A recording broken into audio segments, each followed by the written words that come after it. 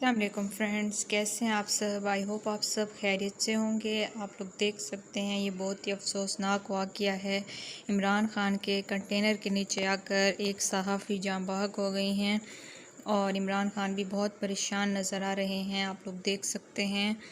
और ये जो सहाफ़ी हैं इमरान खान के कंटेनर के नीचे आकर जाँ बहक हो गई हैं और इमरान खान ने अपने लॉन्ग मार्च को यहाँ पर इख्तिताम करने का फ़ैसला किया है। बहुत ही अफसोसनाक वाक़या है।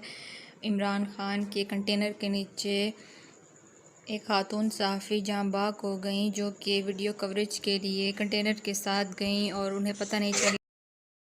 आप लोग देख सकते हैं इस वीडियो में इमरान खान कितने परेशान नज़र आ रहे हैं और क्राउड कितना हजूम सा इकट्ठा हो गया है। और जैसे ही वो कंटेनर के नीचे आई तो उन्हें फ़र्स्ट एड दी गई। उन्हें फ़ौरन ही डॉक्टर्स के पास ले जाया गया, लेकिन वो उस वक्त तक दम तोड़ चुकी थी और वो जाँ बहक हो गई।